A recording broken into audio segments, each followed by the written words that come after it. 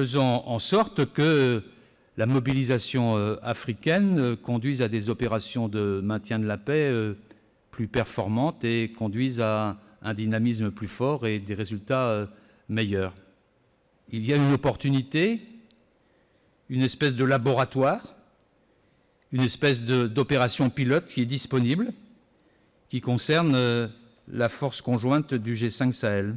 En Afrique comme ailleurs, c'est lorsque la capacité des États à protéger ses citoyens est vacante, que lorsqu'il y a un vide laissé par les institutions, lorsque les capacités de protection sont insuffisantes, c'est à ce moment-là que les entreprises criminelles et terroristes pénètrent les espaces. Et l'espace numérique est majeur. Je voulais vous dire que la France souhaite installer, dans cet état d'esprit de l'urgence de la cybersécurité, souhaite installer une école nationale à vocation régionale dans le domaine de la cybersécurité, ici à Dakar.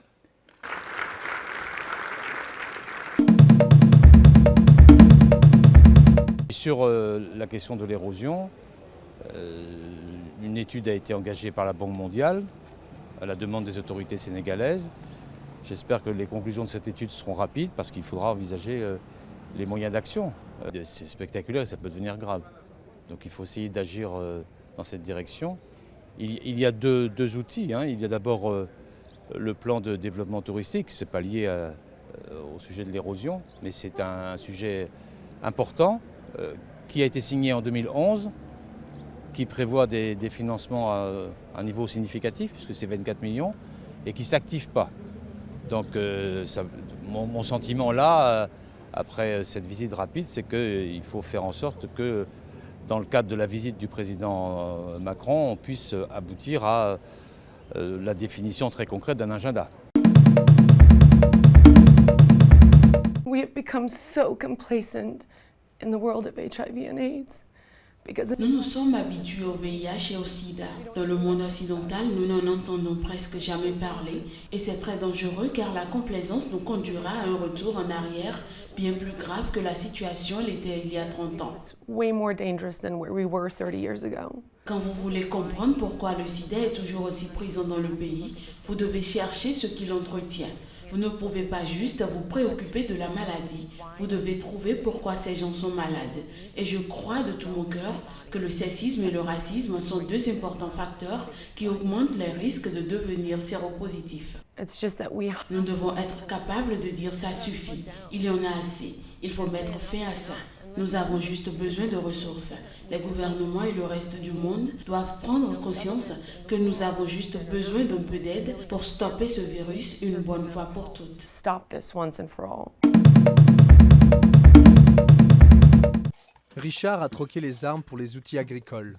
Pendant 5 ans, il était une figure locale importante des anti-Balaka, ces milices dites d'autodéfense, majoritairement chrétiennes, en guerre contre les ex-Séléka, des groupes armés qui affirment protéger la minorité musulmane en Centrafrique. Depuis le cessez-le-feu signé en mai dernier, sa ville, Bambari, a retrouvé une paix relative. L'occasion pour Richard et ses hommes de tenter de passer à autre chose. J'étais agriculteur au moment où ma mère et mon père sont décédés. C'était leur moyen pour nous nourrir. On a grandi là-dedans. C'est pour ça que l'idée m'est revenue. Mes jeunes frères, je veux leur dire que nous avons beaucoup trop souffert. Notre pays a beaucoup reculé. Ça ne sert à rien de prendre les armes. Une arme, ça ne se mange pas. La ferme de Richard s'inscrit dans le vaste chantier du plan DDR, désarmement, démobilisation, réinsertion, lancé par l'ONU et le gouvernement centrafricain en septembre 2017. Des combattants démobilisés fabriquent du savon. Des femmes musulmanes et chrétiennes se sont rassemblées en coopérative. À ce stade, le projet pilote concerne 3000 bénéficiaires, dont 1300 à Bambari.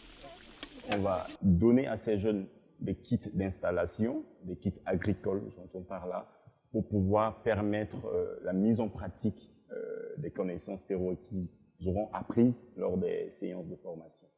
Les autorités centrafricaines sont venues visiter les projets de démobilisation à Bambari, vitrine de la paix dans le sud-ouest du pays.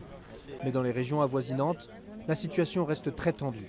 Sur l'axe Bambari-Bria, c'est une zone où l'instabilité, où la stabilité peut être mise à mal. Il y a effectivement des déplacements d'hommes armés.